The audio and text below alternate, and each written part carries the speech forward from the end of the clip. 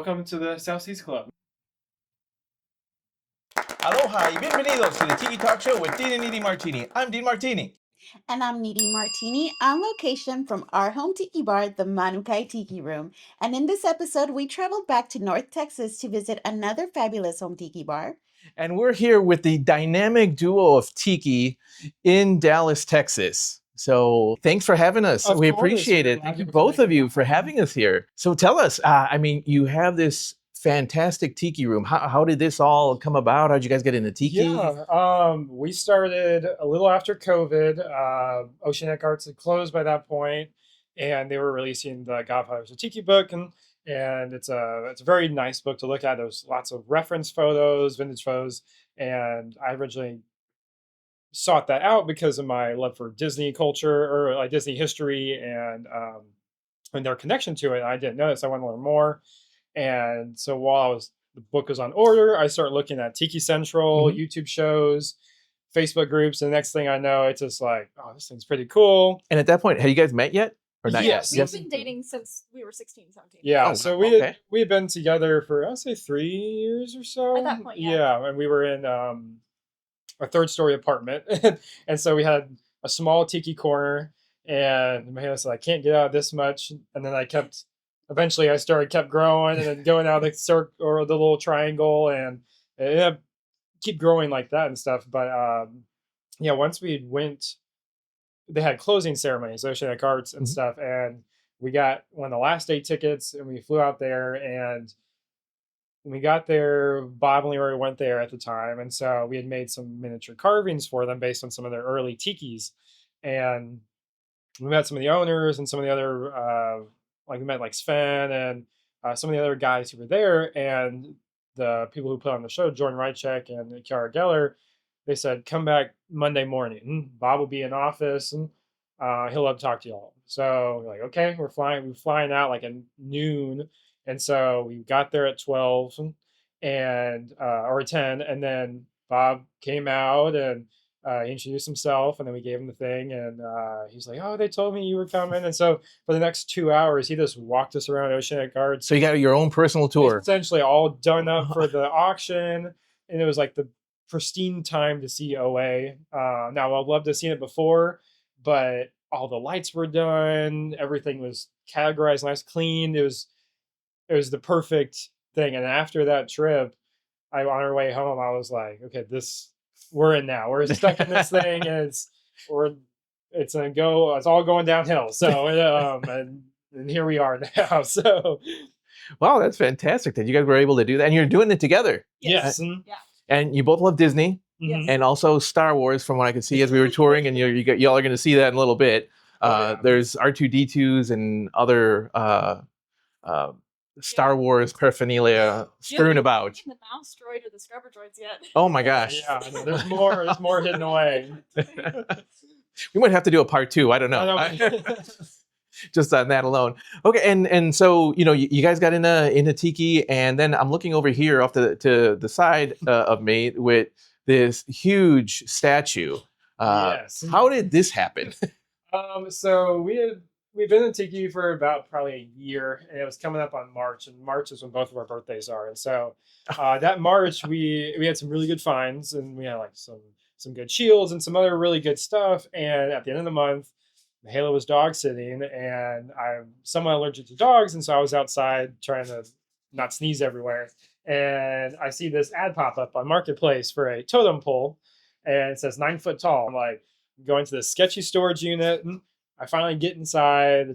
They're very interesting people with eyeball tattoos on their neck, and he thought it was an alien and the earth was flat, and it was all sorts of really weird stuff. And then we round the corner, and there she is. She was laying in the trash, and along with broken pallets, mattresses, and dresser parts. And he's like, oh, I thought somebody would want it. And sure enough, I did. And I paid him the rest of the $75 and threw it in the back of our truck and got out of there as fast as we could.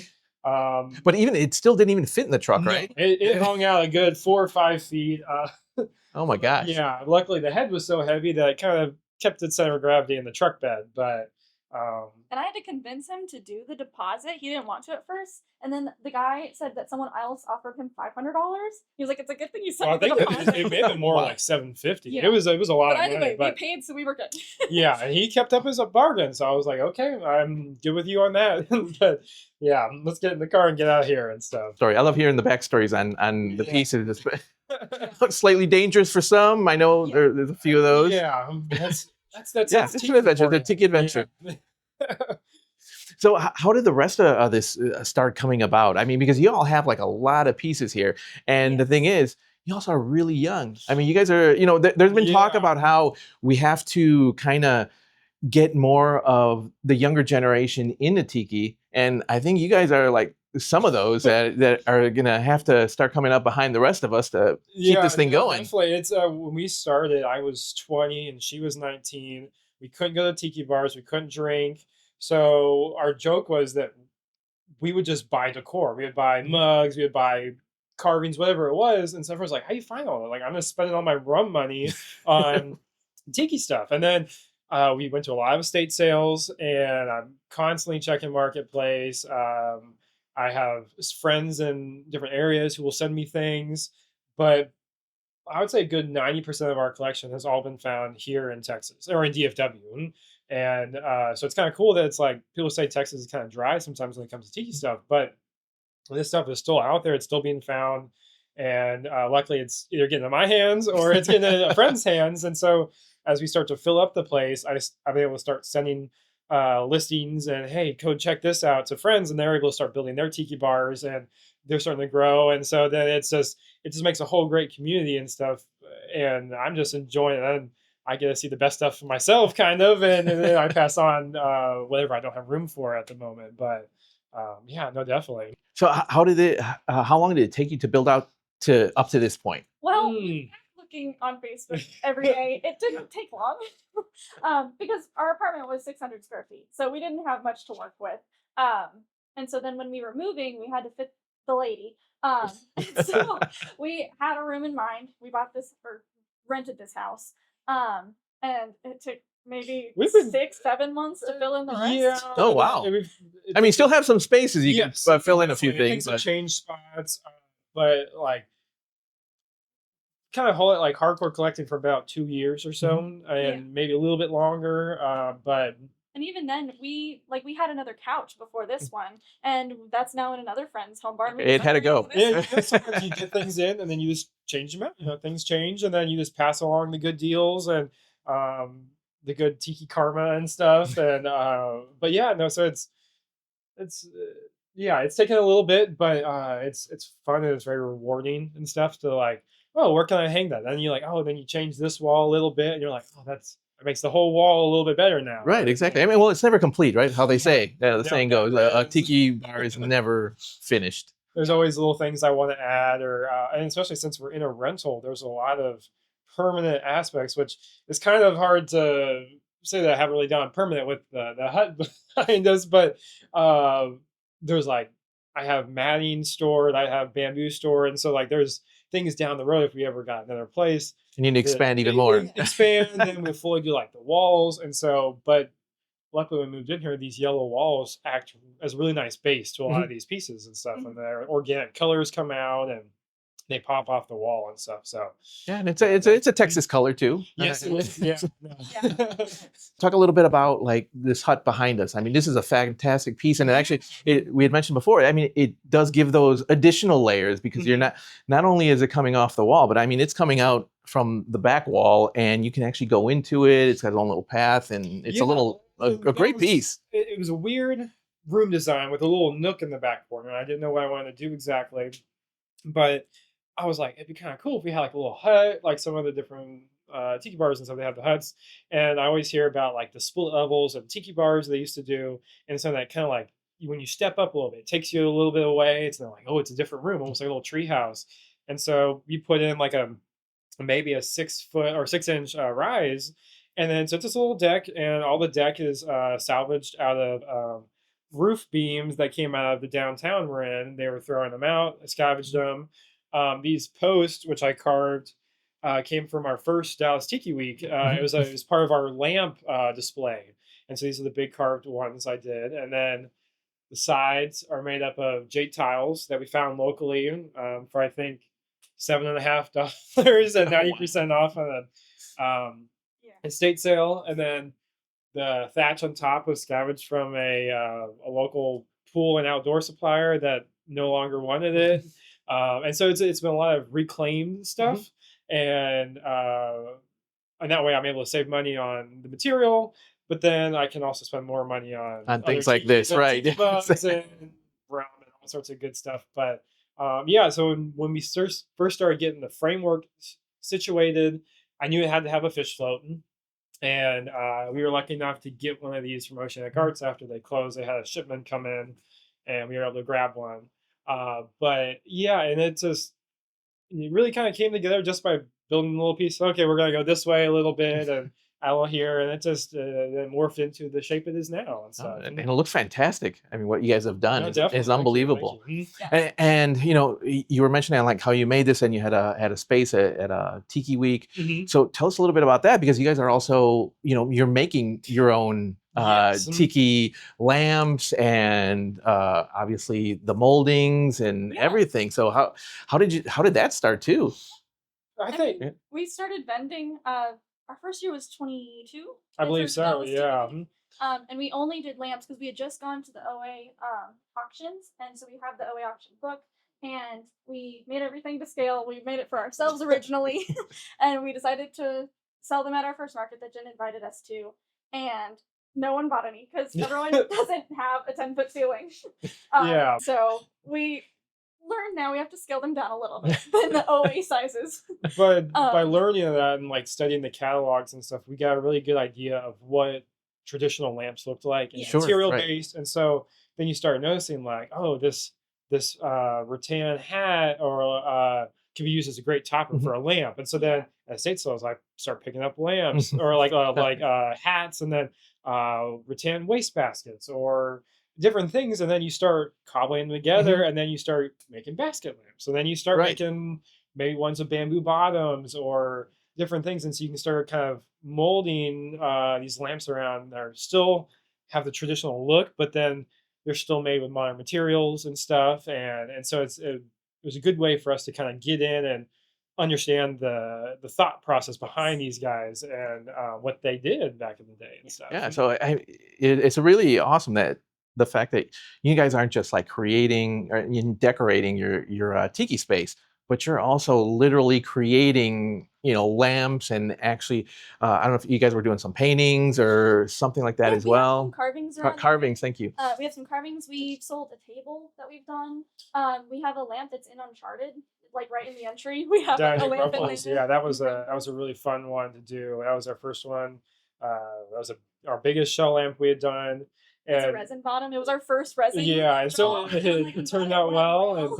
But that's not an easy thing to do, especially the first try. Yes. Yeah, and it didn't go bad. But especially with us being in Texas, like, yes, we have a lot of stuff, but you can't just go your like every estate sale and then find carved trim or like some of these things that like you have to make, or it was made specifically for a bar, which either doesn't exist anymore and was thrown out in the dumpster. So you have to kind of find ways to replicate that and stuff. And so then I taught myself, and all this is done out of an angle grinder with a wood carving disc on it. And some people use routers. I have done that before, but it gave me a little bit more free ability to like kind of move around and cut different things. And so it worked out good, and it almost gives it a very natural look to it and stuff. And it's not perfect; lines aren't straight. But that's okay for me and stuff, and it kind of works with the whole tiki aesthetic and stuff. Right. It lends to the authenticity of the pieces that you're making. A few mediums, like I help paint and everything. I'm not good with the chisels, but I got him some turn of the century like old chisels that are nice. And so that is another thing that we use for the masks, and we have done live carvings at shows because we've gotten in touch with some of the Hawaiian culture people here. Oh, okay. And so they wanted us to come out for their event that they were having last year, and so he did a live carving because it honored their culture, and they were really happy to see it. Wow, very cool. Because I try to do stuff in the very traditional style, and so one that's on our porch outside and stuff. It was done in like a Milan Guanco style, which is he's one of my favorite tiki carvers and stuff. He had done some work in Fort Worth at one point, but then his work can be found all over the West Coast and all scattered throughout the U.S. at different places and stuff. And so it was my way to kind of honor him, but then also honor the kind of the traditional people and where these things come from. And we wanted to stay true to the methods in which they made things. And that was one of the things they were really touched by, was that like I was actually out there with the chisel and I was chopping away little chunks here and there, and they enjoyed that a lot. And that was nice to kind of give back in a weird way. Right. Most people don't see that here in DFW. Sure. Wow, well, that's great. I love everything that you guys are doing, and for the tour you're giving us right now, not just to us, but to our viewers. This is fantastic. And you're going to be seeing a little bit more as we go along, and you tell us a little bit more about what's going on here. I'm seeing across the way, you also have a couple of Whitco pieces and things like that. Yeah. So tell me, what are your maybe top 3 pieces that you have, or your holy grails that you have here? And a holy grail might not be that old piece. It might be something that's a little more modern. Well, I would say besides the big lady, I would say probably our Tahitian drum. That's a semi-recent find, marketplace find, antique carved drum. And they had no idea. They found it in the back of a storage unit and they were buying golf clubs for. And that was in, they were like, what do we do with this big wood thing? And they were convinced they couldn't sell it. Yeah, and I was like, I couldn't get there fast enough with money and stuff. And it's it was imported in the 1960s from an ex-Tahitian cop, I learned. And he did these for, I believe, Oceanic Arts. I think they imported them. And somehow it made its way to Grand Prairie, Texas, and popped up on Marketplace. Yeah, because it looks like one of those Trader Vic mugs that they have. Yes. Right? I think Maikai even has a new one that's very similar as well, which I would like to get and put on top. No, definitely, yeah. So what other one you think you have? The table. The table? The Yeah, table. that's a wonderful piece.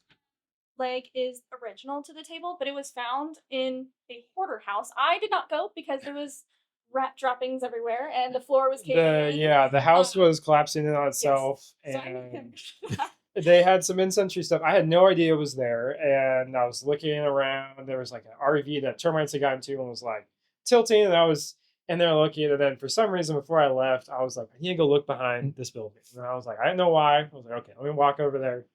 I go over and I'm like, I don't see anything. I turn around. And then I'm like, what's that thing turned upside down? And it's got a little face looking at me. And I'm like, that can't be. Flip it over. Sure enough, it's a Whitco alligator coffee table, essentially.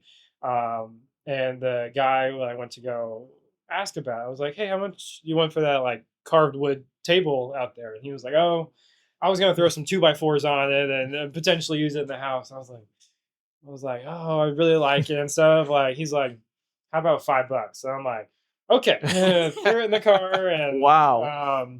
And so then that was when you got it out of there really quick. I did, yeah. Where he realized what he had. Exactly, yeah. And then so that's why I ended up teaching myself how to carve replica legs and stuff to fit the backside. And I think that's one of my favorite parts about it is yours are pretty like his are close to the original, and so it shows what he can do, it shows what it is. And so it's a little mix of both. Yeah, and I like this when you enter the room and stuff, you see the original leg first, and then the other one's in the back. But third favorite, that's would be this whole piece behind. I know the whole thing. I would say the Aloha Glorious lamp. Those are so above us is a sea and jungle lamp, which again was found on the marketplace. And when you look at it, there's 3 big fiberglass fish floats essentially. And when we saw in the ad, the fish floats were popped out of the fish trap, and the bamboo was collapsed back in on itself. Oh, wow. It's so it looked nothing like what it looks looks like like a big piece of bamboo with some balls and a fishnet wrapped around it. It was like Aloha Gloria's tiki decoration, $25, and 6 foot long. And I was like, that's really cool. I don't know what it is yet, but I'm like, I have a feeling about it. So I messaged the guy and I'm like, do you have anything else like this? And I was also like, I live in Texas. Is there anyone you could ship it to me? And he's like, I'm a professional shipper. I ship furniture all the time. No problem. I said, okay. And I'm like, well, what else do you have? And he's like, oh, I have this gumball machine. And then I have these shell lamps and turned out to be Oceanic Arts shell and tappa lamps, and there's two of them, one there and one back in the hut. And then behind me, the big blue fish float. That's a 20-inch Oceanic Arts fish float from the 1950s. Wow. Which they stopped importing shortly after. Yeah, Bob said very unique piece. Yes, and so the amount that would survive shipping was like 1 to 4, and so there were not many of them, and they stopped making those, and so they went down to the 16-inch, which is what you would find after that. But and then what broke my heart about it is when he was telling me about it. He had one, I got one, and when he walked in on the location, there was construction workers who were smashing them with fish or sledgehammer. There was probably about 14 of these at the time, and only 2 of them are left. And he was like, "What are you doing?" And so luckily we were able to get one, and I will never hang it from the ceiling because it's super heavy and I don't trust anything. So that's why it sits in a giant clamshell. It looks really good where it's at. I know it doesn't need to be hung. No, definitely. And so that'd probably be one of my third ones. All right, fantastic. One, but we have a lot of different pieces scattered throughout. We have some Whitco pieces that we found locally. A lot of different lamps. We have gravel lamps, rain lamps, a lot of chunk lamps. We like the mid-century style a lot, so we have a lot of those weird funky ones. Kind of over here, we have some of our vintage mugs and ones that I don't want our cats knocking over. And so we got like some old Steve Crane mugs up here, and there's an old Tiki table lamp from brass. That's really fun, local, recent find. And then this beautiful cannibal carving that Mahalia found a number of months ago. We got some of our Maori pieces up here, including a Maori candle. That's a fun one. And then keep going. We got some more of our lamps up here, and with some of our newest one, which is one of these fish trap lamps. Are those ones that you've made? This is so the fish trap itself was a product made probably in the late 60s, 70s and stuff, and then they were made commercially as lamps. And then I took the frosted bulb that came with it, and I wrapped it in fishnet to give it a fish float feel to it. And I put some flotsam, and then I got a starfish and a fake crab, which kind of lends it to like some of the early beachcomber lamps and stuff like that. And so I'm trying to switch some of our lamps to be more like that, add little bits of extra detail to them, even if we didn't necessarily make them completely, but it gives them a little bit more personalization. And then as we move this way a little bit more, we have one of our first tiki finds, which is this big moai. I think we paid $5 for this or something. It's fiberglass. Wow. It weighs less than 5 pounds, and it's a partner next to one of our few out of state pieces. And this is what we believe to be a Mike Gildia carving. Came out of California off Offer Up, and it was laid in a soggy water for a long time, and sadly the lower half of his jaw is completely rotted away, and so he's going to live out the rest of his days here and stuff. But you can see his siblings at the Tiki Apartments on Rodeo Beach, and so it's fun to kind of have that little tie-in. And then below we got some of our matchbook collection, some local, some out of state, some just have really cool covers, and that we enjoy collecting and finding little bits of history.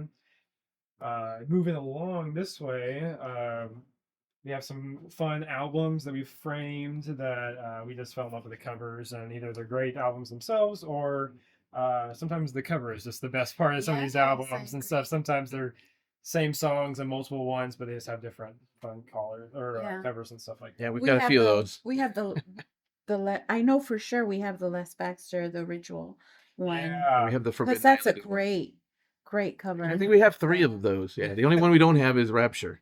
Rapture, yeah, that's a new found one. It's mentioned in Smuggler's Cove, and it's apparently desired because of that. And I had a friend who tried to buy one online and bid $200 and was outbid. And then we found one in a lot. I gave it to him. I found this one the next week for 50 cents, and so it was just kind of funny. And so it's just there, and I love it's got yellow jade tiles pictured in there, which is kind of obscure. You don't see any non-green ones. But and then that's flanked next to one of our Wicco, or not Wicco, our Oceanic art sword. This one came out of West Texas, out of a lake house, and these were found at marketplace as like a. It was originally a. There's three. There was the sword and two other masks, which we'll see in the other part of the room. That you can see in a lot of Oceanic art stuff. There are many different bars, but this is more of an obscure piece, and so I was really glad to add that one. But then even next to these are two. These are the only two known remaining pieces from the Dallas Dome, the Beachcomber. These are actually the prototype signs, and that's why this one is raised lettering and that one's recessed. They eventually they went with the recessed ones later on, and that's what they actually used. But these are the prototypes, and these came out of one of the Oceanic Arts auctions. Oh, great finds. Yeah, and so. And of course, someone was bidding one of them up higher than the other, and so I was like, I can't buy one, and I have the other one. So, but we eventually brought both home, and which this wall was kind of turned into somewhat of an Oceanic Arts wall, and this came from the first auction, and this was one of our first bigger purchases, and this was one of the Leroy palm fronds that he did, and this one's probably dated in 1980, I would guess, and it captures his painting style, and I love the style of carving and stuff. It's exemplifies to me what I think Leroy's art meant and stuff, and what he was capable of. Is that like it's like a palm? Yeah, so I believe this part is where he would have entered into the tree or the rest of the palm stalk, and then this is where you would have your ferns and The foliage. leaves and stuff like that. But for some reason, the species that they have out in California have these really thick bases, and so this one's probably got a 3 to 4 inch base, whereas a lot of the palms here in Texas are very minuscule, maybe have a ½ inch. And so we've tried doing palm fronds, but you can't get quite the depth and the detail because you just don't have that much meat to work with, essentially. Yeah, we have one that we carved and painted on the back wall over there, and it's definitely much smaller. Yeah, you can't go as deep with the designs and stuff, but it's still we're somewhat able to paint work. Yeah, which is still equally fun as well. We've somehow lucked to be able to find several of these fish traps, and this was the first one. Mahalia found this at an estate sale. And they labeled it as like a basket thing. It didn't have the glass top, but I think you may have paid what, $15 for it, maybe? Yeah, and we found the glass top and a neighbor's trash. They were throwing out a bunch of weird glass circles, and so I was like, oh, that perfectly fits in there. And then we stuffed a chunk lamp it's a really obscure one. It's almost like a moon, or it's really thin. But we later found out they were meant to be put in your flower beds, and so you could put a light underneath them, and so it's very shallow, but it's about a 14-inch diameter with like a 2 foot or a 2-inch height and stuff. It's very odd, and so I didn't really know what to do with it, and so I threw it inside there and I gave someone of a little, like, I don't know, gems or something hiding mysteriously in there. And there's our peacock chair. Mahalia drove down to Waco to pick this up. A friend of ours, I believe in New York, has said, "Hey, is this near you?" And we luckily won the auction. I think we paid $100 for it, and we like this one a lot because it's very similar to the ones that Trader Vic and Don the Beachcomber I've seen used or sitting in. And I know Morticia Adams also sits in this same style with the black embellishments around the outside. So they seem to have more detail on it. Yeah, exactly. Some of it's, I don't know if that was like a price difference thing back in the day. I have no idea why. Some had it and some didn't, but I'm glad ours does. And then we start to enter into the hut. This was something that we created out of like reclaimed wood and stuff that I'd carved previously that I wanted to kind of make something on the cheap and still make a kind of a unique environment. So when you come into the room, the carpet and the flooring kind of leads you to the hut, into the A-frame, and then you kind of look up and then you see this beautiful purple Oceanic Arts fish float that we were able to get before they closed. And then they had a leftover stock that showed up after. And then the sides of the hut are made of this rattan material. This came from a friend of ours down in Austin, which came out of the original Dallas Trader Vic's. This would have been underneath the bar, and so I was able to incorporate some of the chunks, and I had to splice pieces together. But on both sides of the hut, it has this wonderfully big rattan and stuff. It's not bamboo, it's rattan. And then I've been collecting abalone shells for a while to kind of do a I don't know, like a cement wall with abalone shells that like the surf rider used to have and certain things. And I was like, that's a fun idea. And I threw some lights in there and kind of give a very nice glowing atmosphere. But moving into the hut, it's a little bit of a step up. It's well, like it's like a 6-inch rise, but it just gives you a little bit enough to kind of get up in here. And this is where we have some more of our fragile collections and stuff like that. So that's why we have some of our mugs on display here. Some vintage, some new, some local stuff. There's a Four Kahunas mug. Some other local or friends like Oak Wash, and there's a Bob Gurr mug. That's a fun one. And then down below, you see down here, this is part of our local collection. This includes some stuff from Portugal, Dobbs House Luau, Hawaiian Century Room, Dallas Trader Vic's, anything that was kind of local that I've been able to get my hands on, and piece together parts of the very complicated story that we had around here. It's a great little display. Yeah, it was completely painted, and I was like, oh, I can just take that paint right off, and I did it. And it took it took a lot longer, and it's our perfect. But with the lighting, you don't notice that, and that's kind of it's a little bit rough. It kind of works in. There's a lot of things we have that are worn and damaged, but it kind of tells the story of its life before us, and then we get to kind of continue its life on. And so that's one of my favorite parts, is kind of continuing that story. But then up is one of my latest obsessions last year. This was a scale model I had done on the Ren Clark's Polynesian Village, and no one has really been able to kind of guess the size of it until we found blueprints last year, and comparing those with our layouts we'd seen and photos, every photo I could find, I was able to piece together a general layout. And we took this to a symposium we did last year, and it was a big hit. Wow, that must have been a great find, just the blueprints themselves. Yeah, that was fun digging in the archives and pulling those out and being like, oh, this is actually the layout. This is gives lighting blueprints. So it was all sorts of fun stuff. But then as we move back here, this is a Contigo lamp that Mahalia got me for Christmas, and I'm really happy about that one. And then it's flanked by a shadow box, which I made after seeing a mid-century one on eBay.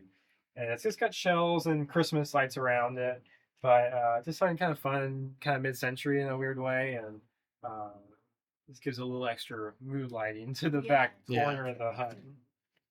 The lighting in there is great. Yeah, it's and I hope to get this one lit up at some point too. And this is one of the OA shell lamps that we found.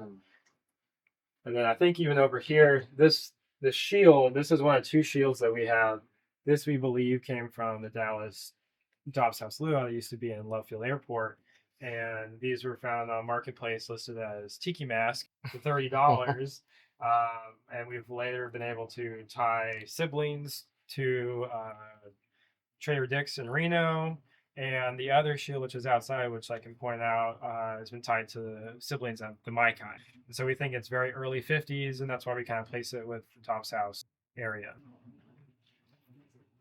And then you got these jade tiles, which are awesome. Yeah, we were able to find 7 of these about 5 minutes down the road from us at a big mansion that had a wall of these put up on their back porch, and these were the extras, and in case I guess if one broke or something. And so they had them originally for $150 a tile, and so we kind of waited until they were 90% off, and I grabbed the crate. And these aren't light if anyone's picked them up, and so you got those, and then they came in the original wood shipping crate. And so I'm trying to lug this thing over, and so I think we ended up paying like, I don't know, $7.50 or $11 a tile. It was like really cheap. And so I was like, okay, well, at least I got enough to do the hut, and I'm continuing for a while. That's amazing. then stepping outside the hut, I love the pass through. I want to be able to kind of see through where you have somewhat of a half wall that kind of divides it, but then also you can look through it. And so we can be in the kitchen and I can look through and I can see people enjoying their time inside the hut, or I can see the lamps through that. And that's always super fun to see that layered kind of effect. Um, Over here, this was another one of our OA masks. This one came with the sword that we saw previous. This one had a twin, which now resides with a friend of ours in California. But this is one that we have hung up here. And you can see these, I think, Adventureland and probably the Polynesian. These were used all over the place. All sorts of different bars used them back in the day. And it's just kind of another one of those pieces that kind of like it screams OA in my mind. And it's like you see that and like that's Leroy. But yeah, and if you start to look up some of these, we have our lamps. And some of these were ones we've made, some we have found.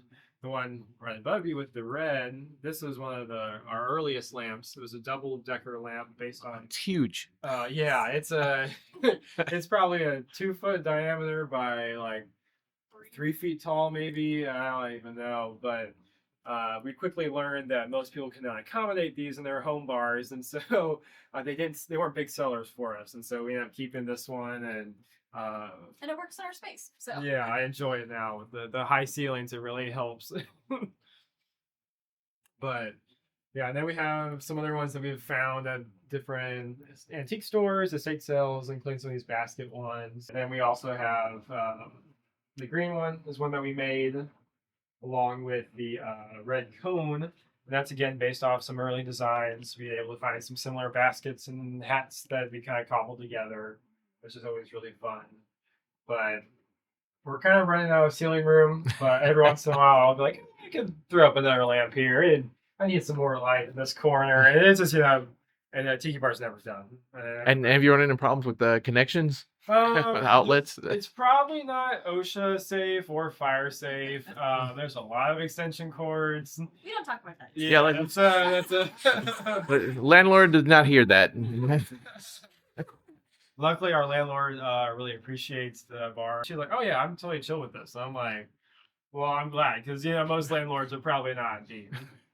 But yeah, and then this is our big lady, and this is for our grail piece. And, this was found at Marketplace, essentially in the trash, and She's 400 pounds. yeah, 400 pounds. Wow. A little over 9 foot tall. It took 7 guys to help us get her up. Yeah, It's not going anywhere. No, it's Not till we solid. We were really lucky to have this, and then we later found that it came from the original opening of the Dallas Trader Vic's in 1967, which is now flanked by a basket lamp that also came out of there. And we've recently found photo proof that one existed in there, and so we can confirm that it was indeed at that location. But yeah, we hope to add more in the future, but we gotta find more sitting around. We sneak back in this little corner over here. Up here, next to our little A-frame over our bar, this lamp came unassembled without the thatching and or the little matting and stuff. This came from the OA warehouse sale after they closed, and a good friend of mine picked one of these up for me and gifted it to me, and so I was able to finish it and install it in our bar, and so that's been really fun to have. And probably one of Mahalia's favorite pieces is this beautiful velvet painting we found at an estate sale, and That's fantastic. it's beautifully done. It's I guess from 1966. And so she's under this kind of moonlighting over here, and one of the more like artistically done velvet paintings I've seen. It's very crisp, and it reminds you very much of some of like the lead tags and stuff that you'll see out there and stuff. It just happens to be a mid-century lady and who's in the nude, but yeah. Well, and one of my favorite things about it is it's such a complex and intricate painting, but then her right arm is just a line. It's singular, but when you look at it, It's so It's almost like unfinished. Yeah. it almost blends in almost completely, and you almost don't need it. But yeah, and so that's a fun one. That another somewhat recent one when we purchased it. The you can tell the people running the sale were not pleased to have that in the sale, and they wanted nothing to do with it. And they pay like $40 or something. Yeah, they wanted. They were charging me more for, I don't know, some like they wanted. Yeah, it was just weird, the pricing that they really wanted it gone, and so I was like, okay, I'm happy to take this off your hands and get that out of here. Another one of my favorite things is the spirit board. We did find a picture of Bob and Leroy holding it, so it is from OA, but we got it from a storage unit in Austin, and it was Tiki Tatsuya's Leftovers. like it's their excess Oh wow. decoration that they never got to put up. The woman thought it was from Australia, but it is a OA piece. Yeah, we weren't sure, but I just like, even it was a very unique piece, even regardless, even if it wasn't OA. It's just cool. Yeah. And so and then to have proof that it was actually theirs was a big deal. But yeah, and then as we continue to kind of move back in the room, we get to two of my other favorite pieces, which is our recently acquired Tahitian drum. This one stands at about 3 feet tall. I think it's a 19-inch drum head. This one, again, was found on Marketplace, listed as antique carved drum, which as soon as you see it, you know this is like a Marquesan Tahitian drum. But I have not touched it up. I have not cleaned it. It is in beautiful shape for its age. When the guy I got it from, he buys used golf clubs and resells them on eBay. And this was in the back of the unit. He had no idea what to do with it and thought they were going to get stuck with it. And so I couldn't get my money to him fast enough and go pick this thing up. But it's another one of those weird marketplace things where it's just like you don't know what's going to pop up one day, and then it's just an amazing find. Yeah, Fantastic.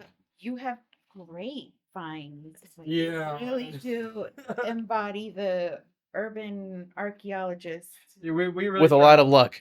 yes, a lot of luck. Friends call us the Tiki Wizards. Yeah, so it's been rewarding to find a lot of this, but we also do put a lot of effort in hunting this stuff. I'm always on Marketplace. I'm checking estate sale listings. I'm checking all sorts of stuff, anywhere I can try to potentially find something. And a lot of times I turn up nothing, or days I'll go by and I'm like, okay, well, I just wasted 2 hours looking for stuff and I didn't find anything. But then every once in a while you'll find a random piece that just like it makes your month or year even. And so it's been really grateful to find some of those ones. And probably one of our last favorite pieces is the Whitco coffee table down here.